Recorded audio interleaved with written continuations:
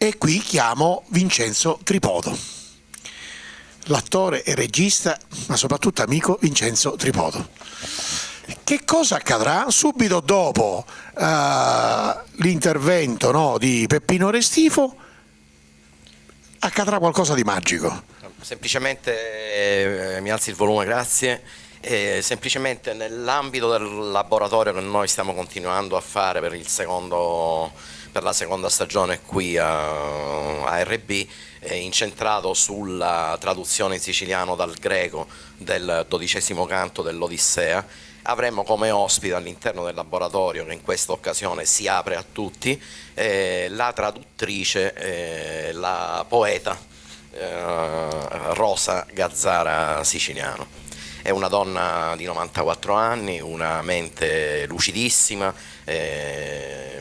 con tante cose da condividere, e con lei affronteremo sia il canto 12° che alcuni passaggi di altri canti, come quello su Polifemo, l'incontro di Ulisse con Nausicaa.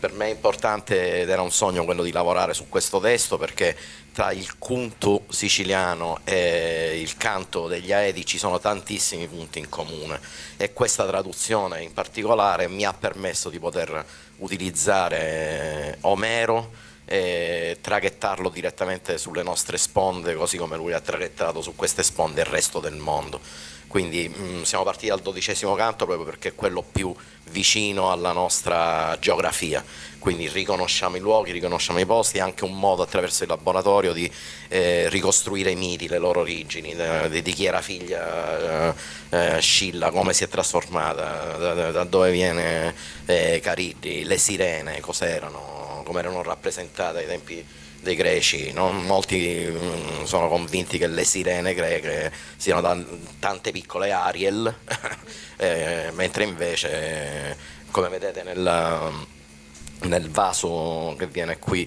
riprodotto, erano delle semiarpie, nel senso che avevano la parte di sopra femminile, la parte sotto era un uccello, e scopriremo quant'erano in effetti, che nome avessero, e come anche questa rappresentazione sia fondamentalmente non corretta, nonostante sia greca, perché le ali le erano state strappate, avevano perso una gara di canto con le muse, e quindi non potevano volare, per questo stavano appollaiate e cercavano di attirare i marinai col loro canto per poterseli mangiare. Questo è quanto, almeno per quanto riguarda il laboratorio e l'incontro con la professoressa Gazzara. È una miniera d'oro, inutile che ve lo dico, chi può partecipare ha la possibilità unica di confrontarsi con una persona che non ha tradotto solo l'Odissea in siciliano, ha tradotto la Divina Commedia, ha tradotto l'Iliade, scusate, l'Eneide. L'Iliade purtroppo non ha potuto continuare la traduzione, è molto legata alla lingua, si esprime nel suo siciliano, scrive e traduce fondamentalmente per se stessa, e questo secondo me la rende universale, quindi poterla incontrare è un regalo per tutti noi, poter incontrare questa donna e rendergli anche omaggio, no, credo che sia doveroso, giusto, sì, sono d'accordo con te.